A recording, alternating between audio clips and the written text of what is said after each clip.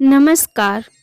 प्राचीन काल में सुमंत नाम का एक नेक तपस्वी ब्राह्मण था, जिसकी पत्नी का नाम दीक्षा था।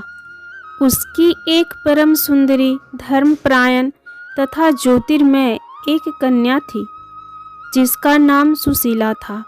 सुशीला जब बड़ी हुई तो उसकी माता दीक्षा की मृत्यु हो गई। पत्नी के मरने के बाद सुमंत ने करकसा नाम की स्त्री से दूसरा विवाह कर लिया। सौतेली माता करकसा सुशीला को पसंद नहीं करती थी और उसे तरह तरह के कष्ट देती थी। धीरे धीरे समय बीतता रहा और सुमंत को अपनी पुत्री सुशीला के विवाह का चिंता होने लगा। तब कौंडिन्य ऋषि ब्राह्मण सुमंत के घर पहुँचे और उन्होंने सुमंत से उनकी पुत्री का हाथ मांगा। कौंडिन्य ऋषि काफ़ी धन संपत्ति वाले ब्राह्मण थे। कौंडिन्य ऋषि की बात सुनकर सुमंत बहुत खुश हुए और उन्होंने सुशीला का विवाह कौंडिन्य ऋषि से कर दिया। लेकिन दहेज प्रथा के अनुसार जब बेटी की विदाई करने लगे तो बेटी और दामाद को कुछ देने की बात आई। तब सौतेली माँ करकसा ने अपने दामाद को कुछ ईंटें और पत्थरों के टुकड़े दे दिए। कौंडिन्य ऋषि सौतेली माँ के इस व्यवहार से बहुत दुखी हुए, लेकिन बिना कुछ कहे अपनी पत्नी सुशीला को लेकर अपनी आश्रम की ओर चल दिए। परंतु रास्ते में ही रात हो गई, इसलिए वह एक नदी के तट पर रुककर संध्या पाठ करने लगे। सुशीला ने देखा कि उसी नदी के तट पर बहुत सी स्त्रियां सुंदर वस्त्र धारण कर किसी देवता की पूजा कर रही थी। सुशीला के पूछने पर सभी स्त्रियों ने उन्हें बताया कि वह श्री अनंत नारायण भगवान की पूजा कर रही है। इस पर सुशीला ने पूछा, यह अनंत नारायण भगवान कौन है? तब उनमें से एक स्त्री ने कहा, अनंत भगवान विष्णु कृष्ण के ही एक रूप हैं। यह सुनकर सुशीला ने पूछा, इस व्रत का क्या नाम है? तब स्त्रियों ने उसे विधि पूर्वक अनंत व्रत की महत्ता बताई। अनंत व्रत की महत्ता को सुनकर सुशीला प्रभावित हुई और उसने पूछा, यह अनंत भगवान कौन है? तब स्त्रियों ने बताया, अनंत नारायण भगवान श्री हरि विष्णु का ही एक रूप हैं और जो भी व्यक्ति अनंत व्रत को करता है उसे अनंत गुना फल की प्राप्ति होती है।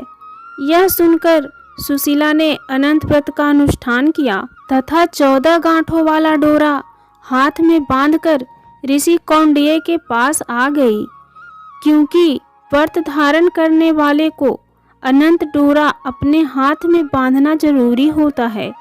कौंडिन्य ऋषि ने सुशीला के हाथ में बंधे डोरे के बारे में पूछा।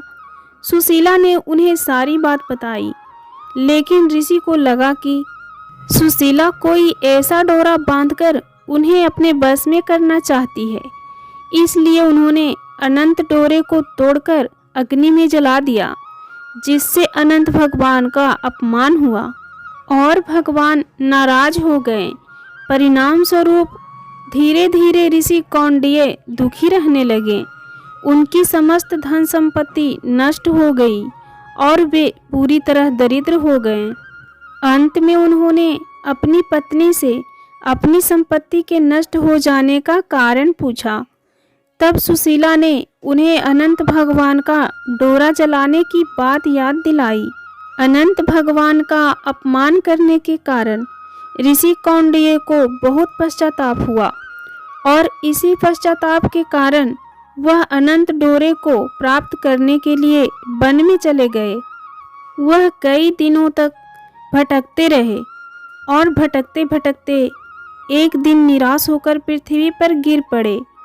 तब अनंत भगवान प्रकट होकर बोले, हे कौंडिन्य, तुमने मेरा तिरस्कार किया था, उसी से तुम्हें इतना कष्ट भोगना पड़ा।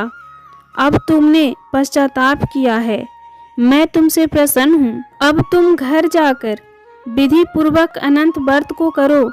लगातार 14 वर्ष व्रत करने के बाद तुम्हारा यह दुख दूर हो जाएगा।